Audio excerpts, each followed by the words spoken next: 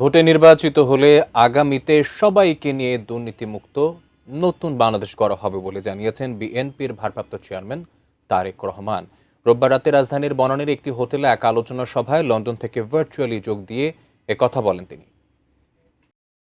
আগামী দেশ পরিচালনায় আমাদের প্রিয় নেতা জনাব তারেক রহমান। বিএনপির আয়োজনে আসন্ন জাতীয় সংসদ নির্বাচন ও জনপ্রত্যাশা শীর্ষক এক আলোচনা সভা রোববার রাতে।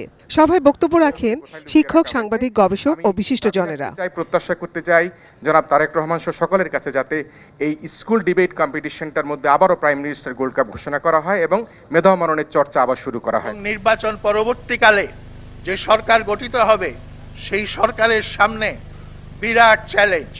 আলোচনা সভায় বিএনপির মহাসচিব মির্জা ফখরুল ইসলাম আলমগীর বলেন, কোনো শীতাতপ নিয়ন্ত্রিত কক্ষ থেকে নয়, সত্যিকার অর্থে আগুনে পোড়া রাজনৈতিক দল হলো বিএনপি। বিএনপিকে স্বপ্ন দেখাতে হবে, অন্যথায় এগিয়ে যাওয়া যাবে না। তারেক রহমান সে স্বপ্ন দেখাবেন। স্বপ্ন তো দেখাতেই হবে, স্বপ্ন দেখালে তো এগুনো যাবে না।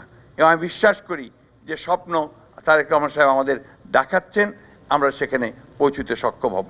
নতুন বাংলাদেশ গড়তে এলো জুলফিকার স্টিল। জুলফিকার স্টিল, ইস্পাত দৃঢ় অঙ্গীকার।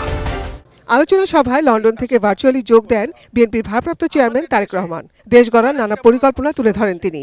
নতুন বাংলাদেশ গড়তে পেশাজীবী ও বিশিষ্টজনদের এগিয়ে আসার আহ্বান জানান। নীতি ও আইনকে অগ্রাধিকার দিয়ে দুর্নীতিমুক্ত রাষ্ট্র ব্যবস্থা গড়ার উপর জোর দেন তারেক রহমান। বহু ধরনের মানুষকে যার যেটা প্রাপ্য নয় অন্যায্য সুযোগ সুবিধা দেওয়া হয়েছে, এটি একটা হ্যাবিটের মতন হয়ে গিয়েছে।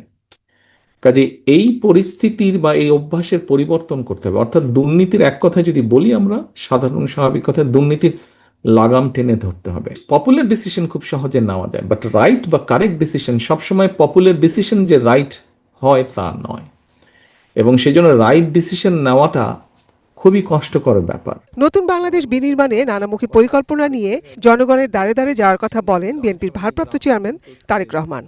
এই কাজগুলো করার জন্য কিন্তু জনসমর্থন প্রয়োজন, এবং এই কাজগুলো করার জন্য সরকারকে সেভাবে, আগামী সরকারকে সেভাবে শক্তিশালী ম্যান্ডেটের উপরে দাঁড়াতে হবে। যদি ম্যান্ডেট দুর্বল হয় তাহলে হয়তো অনেকগুলো কাজ করা সম্ভব হবে না, এবং সেই শক্তিশালী ম্যান্ডেট যদি পেতে হয় অবশ্যই জনসমর্থনের প্রয়োজন, যেটি আপনারা আজকে এখানে উপস্থিতিবৃন্দ, সম্মানিত উপস্থিতিবৃন্দ, আপনারা আপনাদের প্রত্যেকটি মাধ্যমে, আপনাদের উপায়ের মাধ্যমে আপনারা আমাদেরকে সহযোগিতা করতে পারেন। আসুন আমাদের আগামী দিনের প্রত্যাশা হোক, আগামী দিনের শপথ হোক যে আমরা আমাদের প্রত্যাশিত বাংলাদেশের কাজটি যাতে আগামী সরকার শুরু করতে পারে।